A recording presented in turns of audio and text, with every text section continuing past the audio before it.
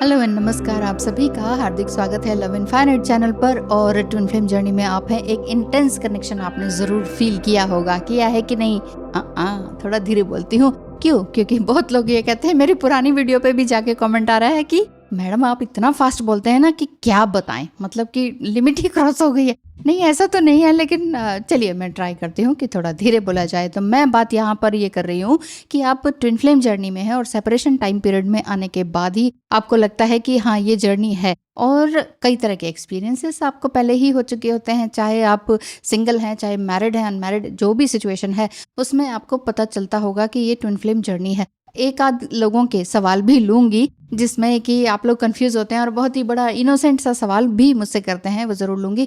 फिलहाल मैं बात करती हूँ कि मिररिंग की। तो ट्विन फ्लेम जर्नी में सोल मिरर करती है जी, बिल्कुल करती है। मिरर का मतलब होता है समटाइम सेम टाइम बट थोड़ा अपोजिट। और इसीलिए पोलैरिटी एंड सिमिलैरिटी इस जर्नी में रहती है। फिजिकल फॉर्म में भी आपको ट्विन फ्लेम आपको दिखाई देता है, और कई लोगों का ट्विन फ्लेम मिला भी नहीं होता तो उनके ड्रीम्स भी आने शुरू हो जाते हैं कि कोई है जो there is someone who is waiting for me, ये वाली बात आपको दिखाई देती है। और ये एक अजीब सा स्पार्क आपके अंदर होता है जो कि किसी एक व्यक्ति को देखकर एकदम से हो जाता है।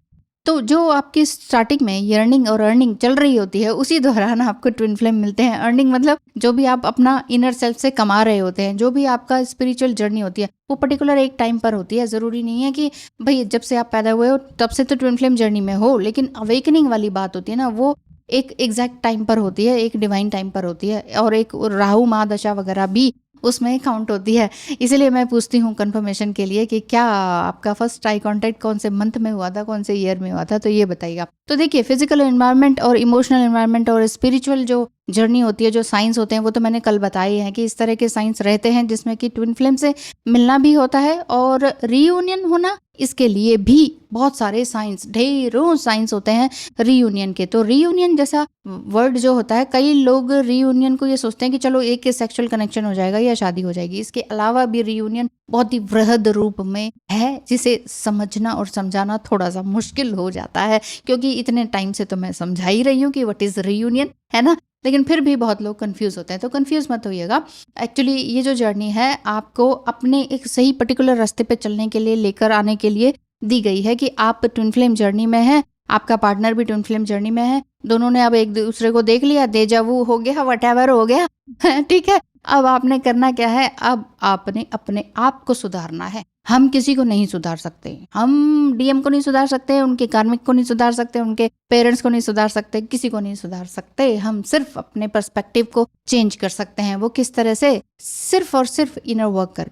जी हाँ, आपको भी लगता है कि ट्विन फ्लेम जर्नी में आप हैं और समझ में नहीं आ रहा है इस जर्नी में आगे कैसे नेविगेट किया जाए, अपनी लाइफ को, अपने पार्टनर को, अपने इनर सेल्फ को किस तरह से हायर सेल्फ में जाया जाए। प्रॉपर गाइडेंस के लिए स्क्रीन पे दिखाए नंबर पर मैसेज करें और पता करें फीस स्ट्रक्चर। इनर वर्क में बहुत सारी चीज़ें आ जाती हैं जो कि मेरे पुराने वीडियोस हैं, उनको भी आप देख सकते हैं। साथ ही साथ कॉर्ड कटिंग भी आती है, अपना कर्मा क्लेंजिंग भी आता है। कर्मा क्लेंजिंग या इस तरह की कई चीज़ें जैसे हीलिंग वगैरह, ये आप अपने आप से अपने लिए खुद के लिए कर सकते हैं।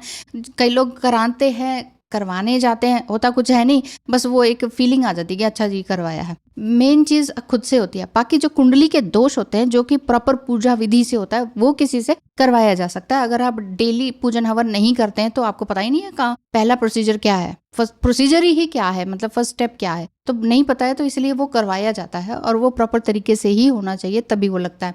भाव होते हैं पूजा में, मेन बात ये होती है। अच्छा, सिंक्रोनिसिटीज आपको बहुत सारी हो रही होती हैं और समझ में नहीं आता कि ये जर्नी कहाँ आपको लेकर जा रही है, यूनिवर्स आपको क्या मैसेज दे रहे हैं। तो एक तरह से यूनिवर्स आपको जो ढेर सारे एंजल नंबर्स दिखाते हैं, उनका मतलब ज़्यादा फास्ट तो नहीं बोल रही, चलिए बहुत कुछ होता है ना बोलने के लिए, दिमाग में बहुत कुछ होता है बोलने के लिए, इसलिए तो देखिए, एंजल नंबर्स आपको दिखते हैं, वो आपको कहते हैं कि डटे रहो, डटे रहो और जुटे रहो अपनी लाइफ में और आगे बढ़ते रहो। मतलब कि आप, ये नहीं होता कि ये होने वाला है या वो होने वाला है, आपने जस्ट ये देखना होता है कि अच्छा मेरी फीलिंग्स कहाँ जा रही हैं, इस समय में मैं क्या सोच रहा था, या क्या मेरा सवाल था, या क्या थिंकिंग थी, इस समय में मुझे ये नंबर दिख गया। कभी भी नंबर देखने के बाद ये मत बोला कीजिए कि हम तो परेशान हो गए, हम तो फेडअप हो गए, हम तो भगवान से कहते हैं कि मत दिखाओ, ऐसा मत बोलिए। क्योंकि वो जो एंजल नंबर्स दिखते हैं, क्योंकि आप एक स्पिरिचुअल बीइंग हैं, you are the chosen one, इसलिए आपको वो नंबर्स दिख रहे हैं, और आपको वो नंबर दिखने का मतलब ही यही है कि पहली बात तो ईश्वर या एंजल्स आपके आसपास है, ईश्वरीय शक्तियां आपके आसपास हैं, तो इसलिए आपको घबराना नहीं चाहिए।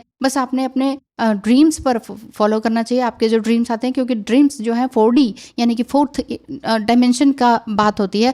5D में आप अपने किसी पार्टनर से कनेक्टेड रहते हैं तो 5D तक भी लेके जाता है। ड्रीम्स समटाइम आपको 7D तक भी लेके जाता है, जिसमें कि आप बहुत कुछ देखते हैं, फ्यूचर का भी और कई बार बहुत पीछे यानी कि पास्ट लाइफ का भी। बहुत लोगों को अपने ड्रीम में भी कम्युनिकेशन होता है और पास्ट लाइफ के बारे में भी जान जाते हैं। तो ये एक डीपर लेवल का कनेक्शन है ट्विन फ्लेम जर्नी का, जो कि आपको इमोशनली, मेंटली और फिजिकली बहुत हायर सेल्फ में लेकर आता है। हायर सेल्फ का मतलब ही क्या है कि अब आप क्लिंगी नहीं है, अब आप किसी के पीछे नहीं भाग रहे हो, अब आप एक एम्प्टीनेस में नहीं हो, अब आप एक फुलर एनर्जी में हो, आप गिविंग एनर्जी में हो। पहले जो थी ओवर गिविंग थी, लेकिन अब आपको समझ में आ गया हेल्दी बाउंड्री कैसे क्रिएट करनी है। हर जगह हर समय ट्विन फ्लेम का मत सोचिए, ट्विन फ्लेम के साथ तो healthy energy, healthy boundary create करनी ही करनी है। बाकी सबके साथ भी तो हेल्दी बाउंड्री क्रिएट करना आ जाता है कि नहीं? आपको आ जाता है, बिल्कुल आ जाता है।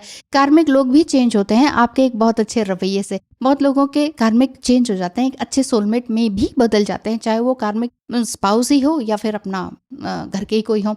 लेकिन कई लोगों के जो कार्मिक होते हैं बदलते नहीं है, लेकिन वो चले जाते हैं, आपकी लाइफ से ही गायब हो जाते हैं। तो ऐसा हो या वैसा हो, दोनों ही बातें सही हैं। तो देखिए, किसी को लेबल लगा के मत चलिए कि ये कार्मिक है, ये सोलमेट है, ये ट्विन फ्लेम है ना। और फर्स्ट ट्विन फ्लेम पे तो बिल्कुल ही मत जाइए। बहुत सारे मिथ्स हैं आपको, ये मिथ्स वाले भी मेरी 5-7 वीडियोस मैंने ऐसे बना रखी हैं कि ये मिथ है, वो मिथ है।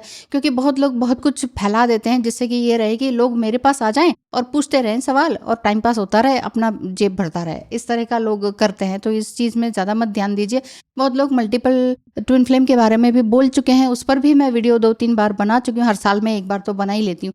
फिर भी आप लोग कंफ्यूज रहते हैं। अब ट्विन का मतलब क्या है? एक आप और एक मैं, बस ये वाली बात। मतलब एक डीएफ एंड एक डीएम, तो बस ट्विन का मतलब दो ना। ट्विन का मतलब मल्टीपल कैसे हो गया? फिर तो मल्टीपल फ्लेम्स बोलते हैं ना, ट्विन फ्लेम तो नहीं बोलते। तो ये वाली बात है। तो इस तरह से ये वाली बात है। तो प्रिपेयर कीजिए अपने आप को कि आप किस तरह से आगे बढ़ रहे हैं।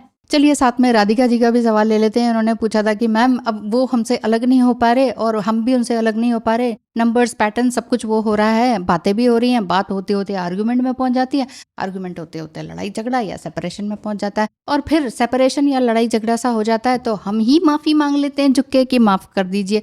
तो 100 बार, 1000 बार हमने खुद से ही, हमारी खुद की गलती भी नहीं है, लेकिन फिर भी हमने उनसे कम्युनिकेट किया और माफ़ी मांग ली, लेकिन फिर भी वो सुधरते नहीं है, चेंज नहीं होते। तो अब हम क्या करें? तो मैंने कहा कि ठीक है, यही तो नहीं करना है, माफ़ी ही तो नहीं मांगनी है इतनी 1000 बार। तो कहते तो क्या करें? ईगो में रहें अपने? तो कितना प्यारा इनोसेंट सा सवाल है कि हम क्या अपने ईगो में रहें? ईगो क्या? ईगो नहीं है तभी तो आप 100 बार माफ़ी मांग रहे हो कि मेरी गलती नहीं है, चलो फिर भी माफ़ कर लो। आप एक रिश्ते को बनाना चाहते हो। ईगो नहीं है तभी तो आप इतने प्यार से मुझे भी पूछ रहे हो कि मैडम ईगो में रह लूं। कितनी प्यारी बात है। लेकिन देखिए, बात यह है कि ईगो किसी का दिल दुखाने के लिए ईगो आपको इस तरफ लेके जाता है, लेकिन आपके अंदर ईगो नहीं है। इस चीज़ को ये मत सोचिए कि अब आप ईगो में रहेंगे। एक हेल्दी बाउंड्री बना के रखिए। हेल्दी बाउंड्री पर भी मेरी वीडियोस हैं, उनको भी देखिए। हेल्दी बाउंड्री लव इनफाइनाइट करके सर्च कीजिए, कहीं ना कहीं से ज़रूर मेरी वीडियोस घूम फिर के आ जाएंगी।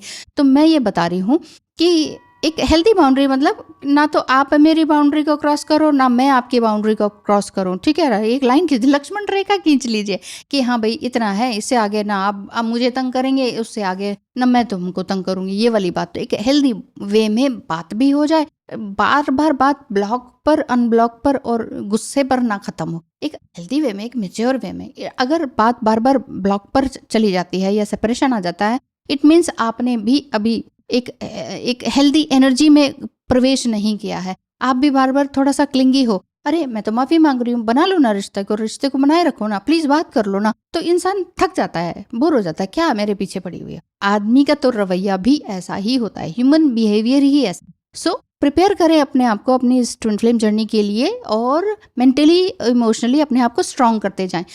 मेंटली और इमोशनली स्ट्रांग होंगे तभी तो एक बाउंड्री क्रिएट कर पाएंगे। बार बार नहीं तो जब आप कहते हो कि ठीक है जी बात मत करो, हम भी नहीं बात करेंगे, तो आपने कहा कि ठीक है हम भी नहीं, मैं भी नहीं बात करूँ, मैं तो अपने काम पे लगी हूँ, लेकिन फिर वो वहाँ से आ जाते हैं प्लीज़ बात कर लो ना एक बार, ये वो, फिर आप दया खा के वो कर देते हो। तो इतनी दया मत कीजिए, ठीक है, इतनी दया करने की जरूरत नहीं है। दया के लिए भी एक सुपात्र होना चाहिए। देखिए कि वो सुपात्र है कि नहीं, स्पिरिचुअली मेंटर आप अपने खुद बन सकते हैं या फिर आप मुझसे गाइडेंस ले सकते हैं। इसीलिए बीच में ऐड में मैं बोलती हूँ कि कोई भी ज़रूरत हो तो फी स्ट्रक्चर पता करें और फिर मुझसे बात करें, तब जाके थोड़ा-सा एक अलाइनमेंट आपको मिलती चली जाएगी। तो डे बाय डे आप इस तरह से ग्रो करते रहें, यही मेरी आशा है और ट्विन फ्लेम जर्नी में रियूनियन भी आपका जल्द से जल्द हो, यही मेरी आशा है। इसके लिए अब मैं इजाज़त चाहती हूँ। थैंक यू सो मच, धन्यवाद।